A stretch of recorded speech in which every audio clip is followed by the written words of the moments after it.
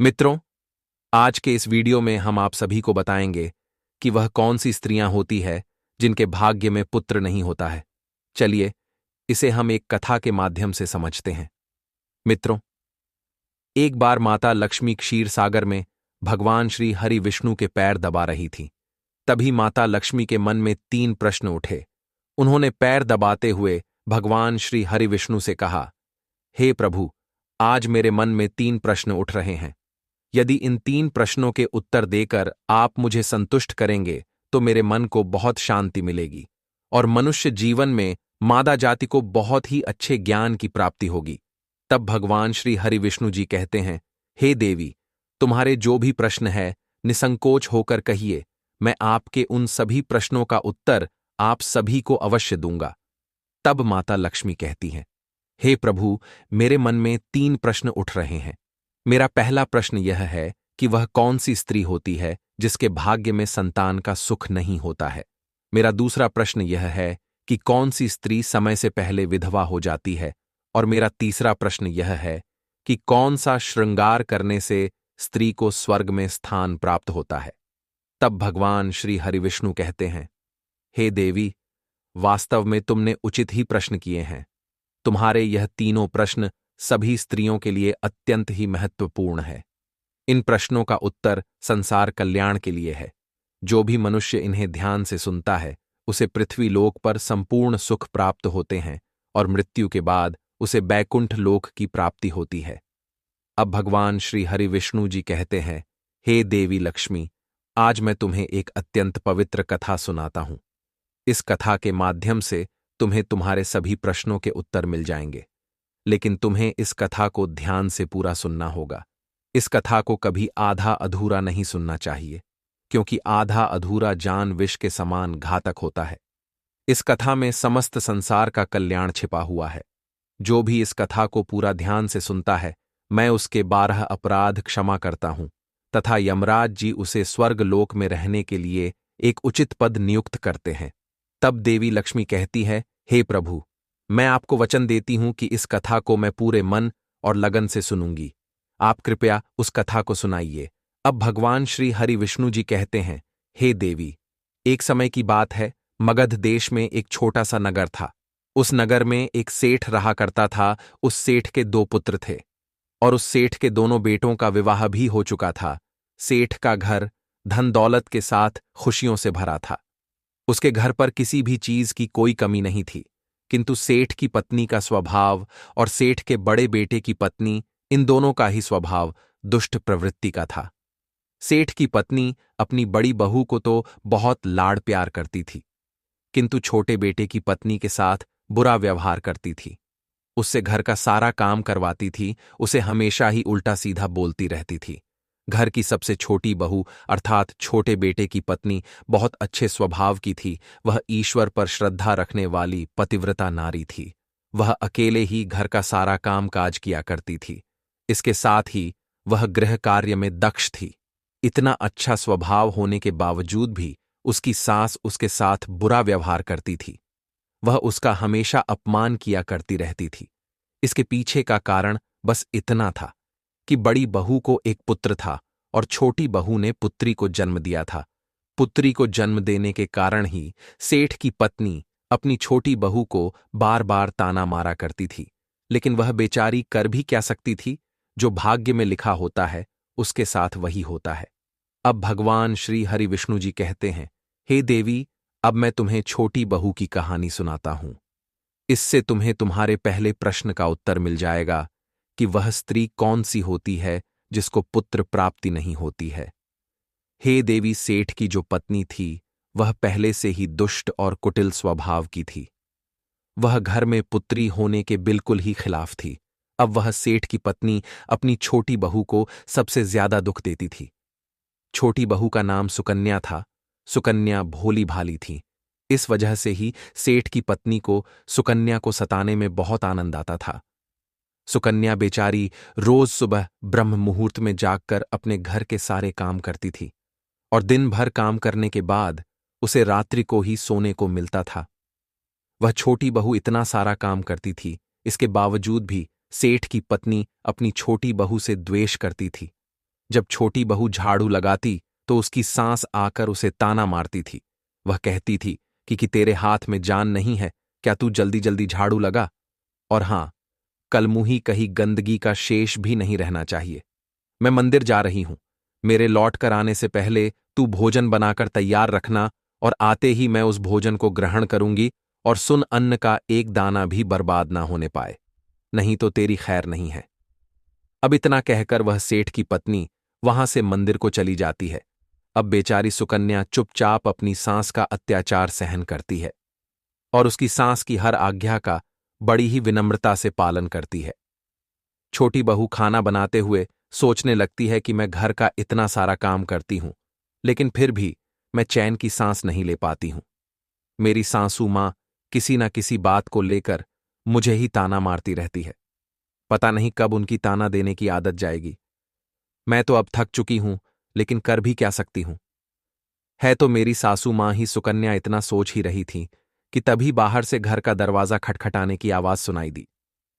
छोटी बहू ने सोचा, अभी तो भोजन तैयार भी नहीं हुआ है, लगता है मेरी सासू मां आज जल्दी लौटकर आ गई है। अब वह फिर मुझे ताना देंगी कि अभी तक खाना नहीं बना है। तब सुकन्या ने दरवाजा खोला तो उसने देखा कि द्वार पर एक सन्यासी काले वस्त्रों को धारण किए हुए हाथ में एक लाठी लिए खड़ा हुआ है। वह सन्यासी सुकन्या से कहने लगा, पुत्री सदा सुहागिन रहो, तुम इस सन्यासी के लिए कुछ भोजन का दान करो। हे पुत्री, मुझे बड़ी भूख लगी है, मुझे तुम कुछ भोजन खिला दो, मैं भोजन करके चला जाऊंगा। तब सुकन्या ने सोचा, अगर मैं इस सन्यासी को भोजन कराने के लिए यदि भीतर ले जाऊं और इतने में मेरी सांस आ गई तो मेरी खैर नहीं है।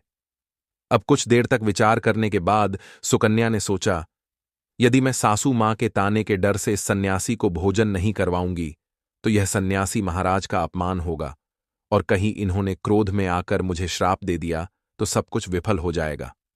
फिर सुकन्या ने उस सन्यासी को घर के अंदर बुलाया और अतिथि धर्म का पालन करते हुए सुकन्या उस सन्यासी को भोजन कराने लगी।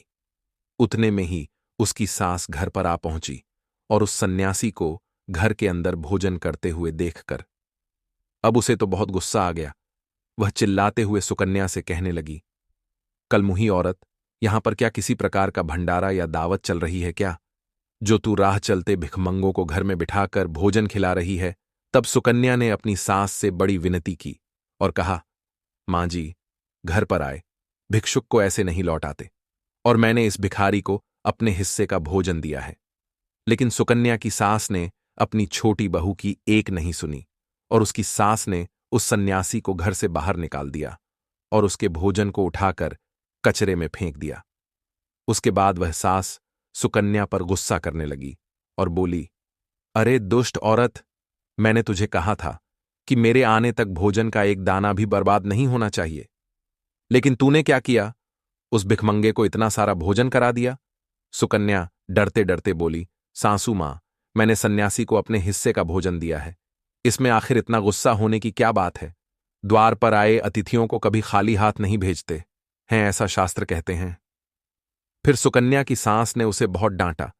दोनों के बीच काफी देर तक बहस होती रही और फिर अचानक सुकन्या की दुष्ट सास ने गुस्से में आकर सुकन्या को धक्के मारकर उसे घर से बाहर निकाल दिया और घर का दरवाजा अंदर से बंद कर दिया। सुकन्या देर तक घर के मुख्य द्वार के सामने खड़ी रही और बाहर से अपनी सास को आवाज देने लगी। सुकन्या की सास ने एक नहीं सुनी और उसे घर के अंदर आने नहीं दिया। फिर सुकन्या दुखी और उदास होकर अपने मायके के लिए निकल पड़ी। अब सुकन्या का मायका बहुत दूर था। वहां जाने के लिए रास्ते में एक बहुत बड़े जंगल से गुजरना पड़ता था। सुकन्या भूखी प्यासी रहकर उस जंगल के रास्ते अपने मायके को जाने लगी। तभी उसी समय अचानक जोर जोर से बादल गरजने लगे और मूसलाधार बरसात होने लगी। बारिश से बचने के लिए सुकन्या एक वृक्ष के नीचे जाकर खड़ी हो गई। वहां पर सुकन्या ने देखा कि पेड़ के नीचे एक कोठर बना हुआ है। फिर वह बिना देरी किए जल्दी से उस कोठर में घुस गई। कोठर में जाने के बाद सुकन्या ने देखा कि अंदर कोई साधु महात्मा बैठे हैं। वह सन्यासी कोई और नहीं बल्कि वही साधु था जो सुबह उसके घर पर आया था। जब उस साधु ने उस सुकन्या को देखा तो वह बोले, हे पुत्री, तुम इस घने जंगल में अकेली क्या कर रही हो? तुम रो क्यों रही हो? रोना बंद करो। मैं तुम्हारे बारे में सब कुछ जानता हूं।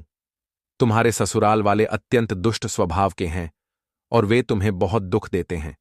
इसका कारण केवल बस इतना है कि तुम्हें पुत्र की प्राप्ति नहीं हुई है।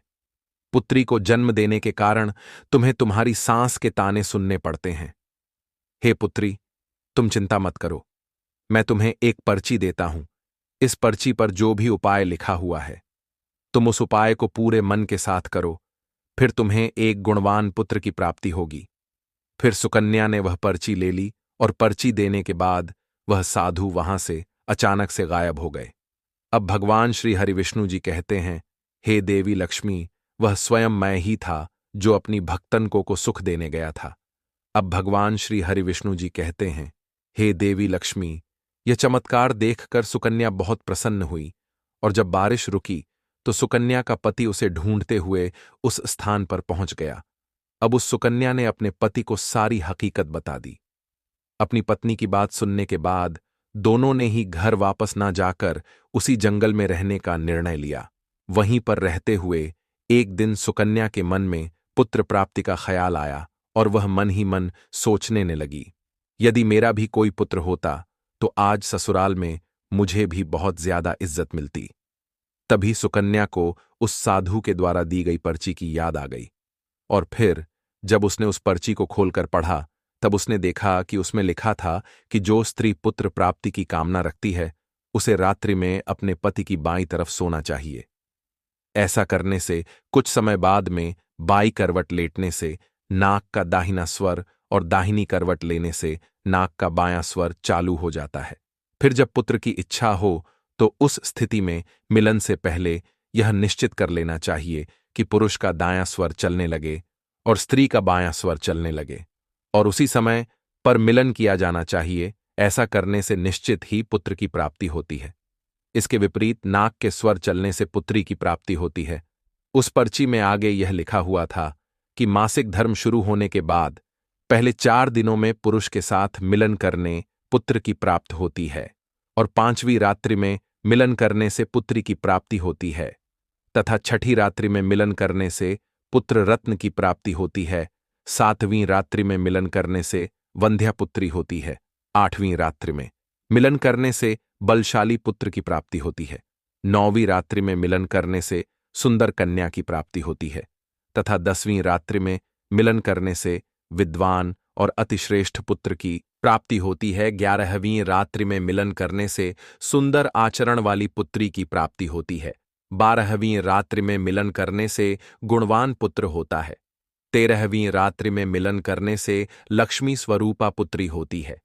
14वीं रात्रि में मिलन करने से गुणवान, बुद्धिमान तथा बलवान पुत्र होता है। फिर सुकन्या ने मासिक धर्म के बाद 14वीं रात्रि में अपने पति के साथ मिलन किया और उसके बाद गर्भ धारण किया।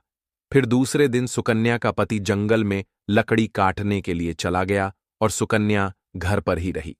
फिर अचानक से तेज तूफान आया और सुकन्या की झोपड़ी उड़ गई। फिर सुकन्या दौड़ती हुई उसी पेड़ के कोटर में जाकर रुक गई जहां पर उसे वह साधु मिला था। सुकन्या वहां अपने पति की राह देख रही थी। तभी वहां पर अचानक से 2 राक्षसी आ जाती है और वह राक्षसी अत्यंत ही मायावी थी। वह दोनों राक्षसियों ने उस कोटर के साथ पेड़ को उड़ाकर एक ऐसे स्थान पर लेकर गई जहां पर बहुत सारा सोना था। जब सुकन्या ने यह दृश्य देखा तो वह चौंक गई। सुकन्या तब तक पेड़ के कोटर में ही छिपी रही जब वह दोनों राक्षसी भोजन की तलाश में नहीं गई। जब वह दोनों राक्षसियां वहां से चली गई तब सुकन्या ने उस स्थान से बहुत सारा सोना उठा लिया और उस कोटर में भर लिया। जब वह राक्षसी लौट कर आई तो फिर से पेड़ पर बैठकर वे उस पेड़ को उड़ाकर उसी जंगल में ले आई। अब उन दोनों राक्षसियां के जाने के बाद सुकन्या वह सारा सोना लेकर अपने पति के पास चली गई और उसे वह सारा सोना दे दिया। फिर पति और सुकन्या दोनों अपने घर को लौट गए। वहां जाकर उसने अपनी सास को वह सोना दे दिया और सारी हकीकत बता दी, जिसे सुनकर उसकी सास को बहुत गुस्सा आया और वह कहने लगी, अरे मूर्ख औरत, तू बस इतना ही सोना लेकर आ गई। इतने सोने से क्या होगा? मैं तेरी जगह होती तो बहुत सारा सोना लेकर आती। देख, अब मैं जाऊंगी और बहुत सारा सोना लेकर आऊंगी। फिर उसकी सांस भी उस जंगल के कोटर में जाकर छिप गई और राक्षसियों के आने की राह देखने लगी। तभी वह दो राक्षसी वहां पर आई और फिर वह दोनों उस कोटर को उड़ाकर एक बर्फीले पहाड़ पर ले गई। यह देख वह सांस बहुत क्रोधित हो गई और बोलने लगी, तुम मुझे ये कहाँ लेकर आई है? यहां तो सिर्फ बर्फ और मिट्टी है, मुझे तुम सोने के टापू पर ले चलो। तभी उन राक्षसियों ने उसकी आवाज सुनी और देखा तो एक बूढ़ी औरत पेड़ के कोटर में छिपकर बैठी है। फिर उन्होंने उस सांस को बाहर निकाला और उसे उस बर्फीले पहाड़ से नीचे फेंक दिया। जमीन पर गिरते ही उसकी मौत हो गई। इधर सुकन्या बड़े आनंद के साथ रह रही थी, लेकिन सुकन्या की सांस कभी घर लौटकर नहीं आई। एक दिन सुकन्या ने जाकर उस कोटर में देखा तो वहां पर उसकी सांस नहीं थी।